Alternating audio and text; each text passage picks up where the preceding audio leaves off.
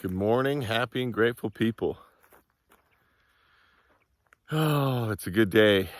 It's a crisp, fresh, beautiful morning.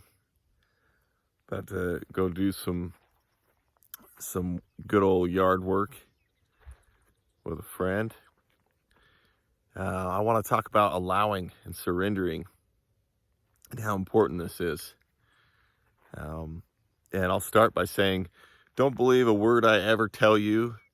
Be open to it. Be open to the truth. If we're open and we allow, a lot more can happen for us. And I'd like to give, some kind of examples. The one that comes to mind is like, have you ever heard of people going to a healer, or have you ever been to like a healer or some kind of holistic person? Maybe it was a Reiki master, maybe it was a motion code or something, and you came out of it healed. Well, I'm here to tell you that you did the healing by being open and allowing, surrendering to the possibilities.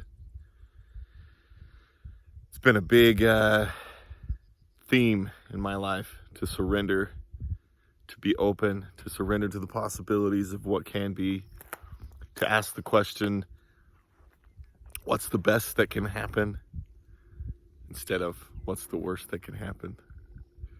You get different answers. Being open is what allows anything to happen. Allowing and surrendering is what allows healing to take place, or rapid or instant change. It's all in that decision, in that moment of allowance. It's all in the moment when you surrender that the healing or the growth or the progress takes place. And I've had some massive experiences with this in my life. I've got some powerful people, friends, shaman type friends that I've received help from, or upgrades, and ultimately we're all reflections of each other. We're all different expressions of the same energy. Whether you believe me or not, I mean, you're welcome to stop watching if you don't like what I'm saying. But we are all the gods that we look to. You are God having a human experience. And God is all powerful, right? There's no limitations to what can be created, what kind of magic can happen. So if we allow or surrender, we're allowing that kind of magic to happen. And basically, there's some easy ways to do this, I guess. Maybe simple. I don't know about easy. Many of us are programmed to be asking how all the time, looking for the how, wondering how something's going to happen. And the minute we wonder how, we question that power and that divinity, and we cut it off. We cut ourselves off from the source. Speaking from experience. So I challenge you, instead of asking how, to ask why. Or even what. What do you want? What is a better question. Let's go for what. Why can go down some funky roads as well. So let's go with what. Back to that question at the beginning of the video. What is the best that can happen? Start asking that question more. Catch yourself if you're wondering how something will happen, especially if you consider it like a miracle in your mind. Everything's a miracle, by the way. Calling something a miracle or labeling something a miracle when you have a belief that a miracle is like almost impossible or rare, you literally create it to be almost impossible or rare. So let me just point that out first. Everything's a miracle. The fact that you're watching this is a miracle. The fact that you have like the technology to watch this, or I have the technology to shoot this, it's a fucking miracle. So let's get that out of the way first. Your life is a miracle. Everything around is a miracle. So if you're seeking one, you want these things to happen, then being open is the only way. Allowing is the only way for those things to happen. If you want to refer to like some of the Jesus stories, I highly recommend it. And Jesus performed miracles on all kinds of people, and they allowed it. He didn't heal people that weren't open, that weren't allowing it. And even the ones that have been affected in life and have had miracles happen, and then they go back to questioning how did that happen, or maybe why did that happen? Maybe that's not a good question. They stop it. They cut off the miracle. They reverse it. I've been quote unquote healed. I have one ear on this side. Had a bunch of reconstructive surgery when I was younger. They built me an ear canal, an eardrum, and at one point I saw the ear and throat doctor. I'm not a big fan of his. And he basically told me, oh, you need operation number 3 on this one. And I've had 17 different operations, by the way. You need another operation. We got to move this eardrum into place. It's like, a fraction of a fraction of a fraction of a hair away from where it's supposed to be, basically. And I left his office and never returned. It's like, forget that. So tired of this bullshit routes to get my hearing. And I basically left it open, and was like, I allow my hearing to be healed. I know that my eardrum can move itself into position, and I can have hearing in an ear that was basically man-made, and I wasn't born with that hearing. And I have this friend. He's very interdimensional, and he's not limited by many of the laws of man that we recognize, or even some of the laws of the universe that we think are universal. He's not really limited by that, and he's very much like a shaman. His name's Robert, and he's quote unquote healed my ear more than once.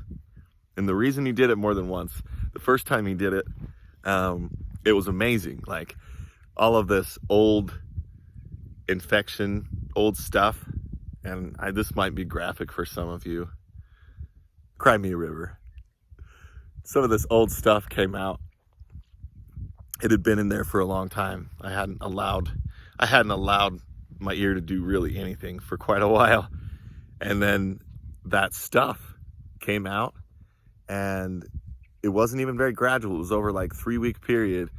My ear canal opened up, my eardrum moved into a better position, and I wasn't just hearing out of that left side. I was like feeling sound waves on my eardrum and my inner ear, and I could definitely hear. It was quite a transformation, and my own belief, my own subconscious got in the way, and it would last for about a month. I'd have all this hearing and this amazing, impossible transformation happen, and then it would last only about a month because of my inability to allow.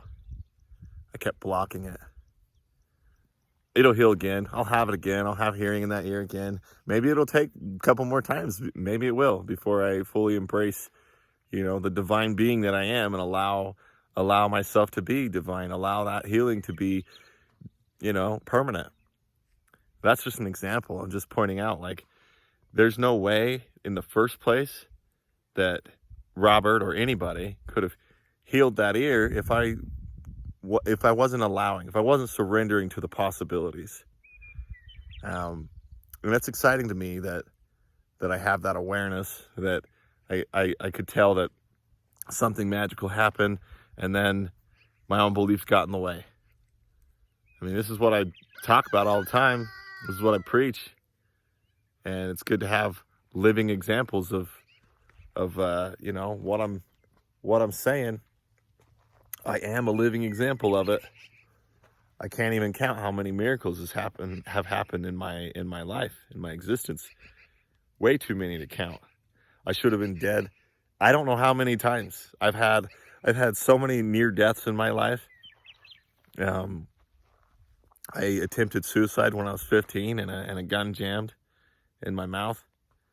If that's not a miracle, I don't know what is. And I know that my subconscious didn't want to die. I know that my subconscious fully believed that that miracle could take place so that I wouldn't do something so stupid and remove myself from this beautiful earth. And again, this video might be graphic for some of you people. It might be a little bit too heavy for you, and that's okay. Everybody's on their different, you know, in their different place, different point in their spiritual evolution or their human evolution, whatever it is. I focus a lot more on my spiritual evolution because I know that my physical evolution reflects that. So I just encourage you to stay open to the possibilities. Be open to the possibility that you are completely and divinely perfect and loved the way that you are, and that anything and everything, things you can't even imagine, are possible. Just stay open and see what kind of miracles take place in your life. I hope this hits home with somebody. Again, not a lot of people are watching these videos yet, and that's okay. I don't put them out for the masses. I put them out for the one person that it matters to. That one life I can change. That's what I'm about. Then that person goes and changes more lives, and then that person goes and changes more lives, and it's a ripple effect. So I'm not all about like, oh, I need 1 million YouTube subscribers and people watching me right now. I'm actually pretty happy with knowing that not very many people will watch this, or maybe they won't. Maybe nobody watches this. Maybe I'm giving reflection or giving, you know, lessons to this reflection of self, which is what we all are anyways.